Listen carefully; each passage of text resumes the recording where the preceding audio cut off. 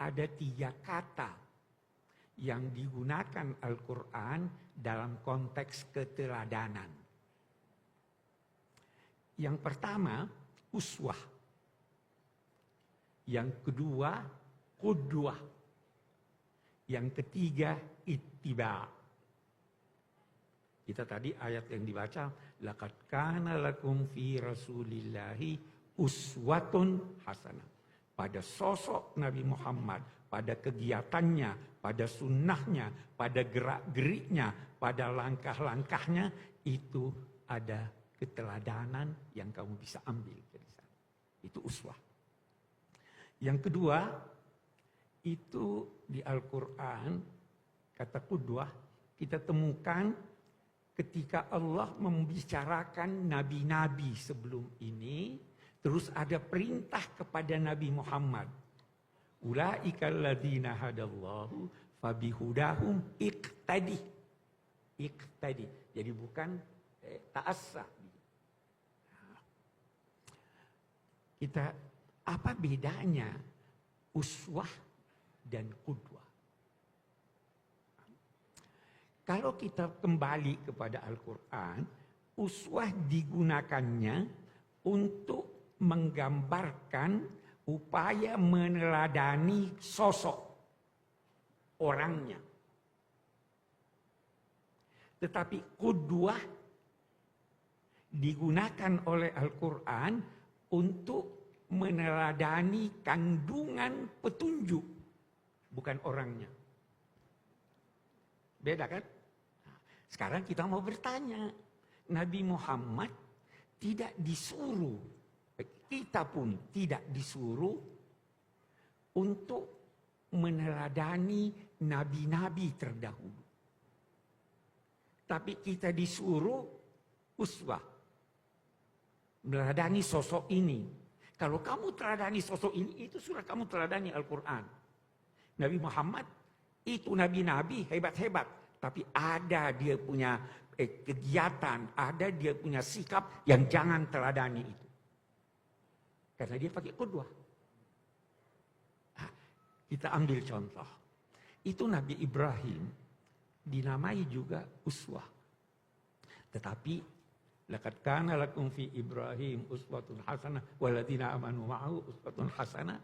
Baru dia lanjutkan illa qaula Ibrahim. Kamu boleh contohi dia kecuali satu. Sudah dikecualikan. Kecuali apa? Dia setelah mengetahui bahwa ayahnya tidak mungkin akan beriman, dia masih mau doakan. Jangan tiru itu. Jadi tidak mutlak loh. Kita lihat Nabi Musa. Hebat Nabi Musa. Tapi ada yang tidak bisa diteladani dia. Mau lihat contohnya. Waktu dia kembali dari pertemuan dalam 2 tanda petik dengan Tuhan. Dia dapati kaumnya menyembah ijil, anak sapi.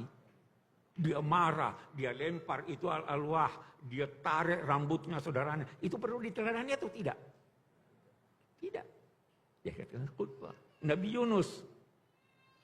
Nah, kita lihat sekarang. Kita disuruh tidak usah banyak masalah. Semua yang ada dipraktekkan oleh Nabi Muhammad, silahkan contoh. Itu sebelum kita jauh, kita fahami ini. Yang ketiga, ittabi'u. Apa itu? Ayatnya tunggu dulu. Fa'aminu bihi wattabi'uhu. Percaya pada, telah datang kepadamu seorang nabi yang ummi dan seterusnya, baru percayalah kepadanya dan ikuti dia. Hanya saja kita lihat ittabi'u itu beda dengan tabi'ah, itu beda dengan ittaba'ah. Kalau tabi'ah mengikuti, Anda bisa berkata, bayangan saya mengikuti saya. Tapi kalau ittaba'ah, itu bersungguh-sungguh kamu mengikuti. Nah, kenapa bersungguh-sungguh ya Allah? Bersungguh-sungguh mengikuti, sebelum bersungguh-sungguh mengikuti, Kamu harus bersungguh-sungguh memahami apa yang dikerjakan oleh Nabi Muhammad, baru kamu ikuti. Jangan sampai itu kekhususan buat dia. Ada satu orang, satu orang berkata, saya mau ikuti Nabi Muhammad. Bagaimana? Dia kawin banyak, saya mau kawin juga. Boleh enggak?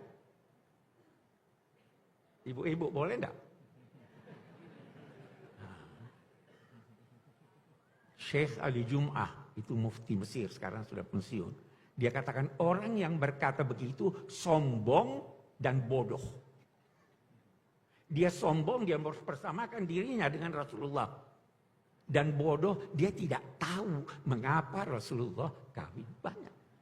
Jadi ittabi'u, pelajari bahwa ini demikian, tahu apa sebabnya begitu, baru ikuti.